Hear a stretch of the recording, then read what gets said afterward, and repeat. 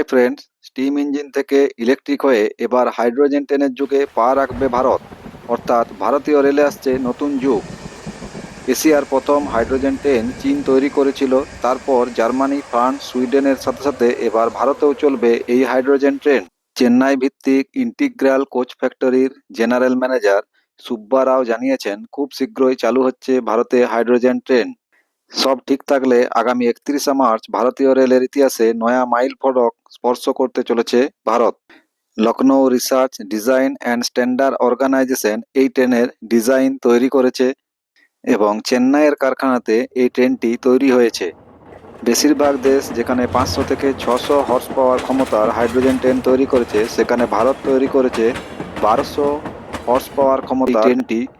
এতে 8টি যাত্রীবাহী কামরা থাকবে, যাতে 2500 জনের বেশি মানুষ একত্রে ভ্রমণ করতে পারবে, এবং দুটো হাইড্রোজেন সিলিন্ডারের জন্য 2টি কামরা থাকবে।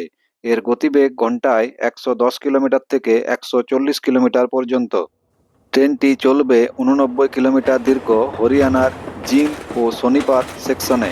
একটি ট্রেনের জন্য 80 কোটি টাকা খরচ এবং 35টি হাইড্রোজেন ট্রেনের জন্য 2800 কোটি টাকা বরাদ্দ করেছে ইন্ডিয়ান রেলওয়ে, এবং বছরের শেষ নাগাদ এগুলো ছোটানোরও পরিকল্পনা রয়েছে।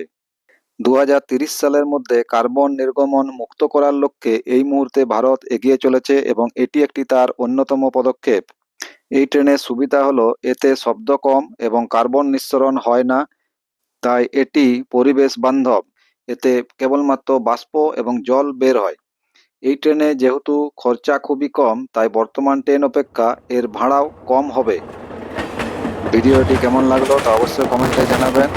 সাবস্ক্রাইব করে দেবেন চ্যানেলটি আরও পরবর্তী নেক্সট আপডেট পাওয়ার জন্য। ধন্যবাদ।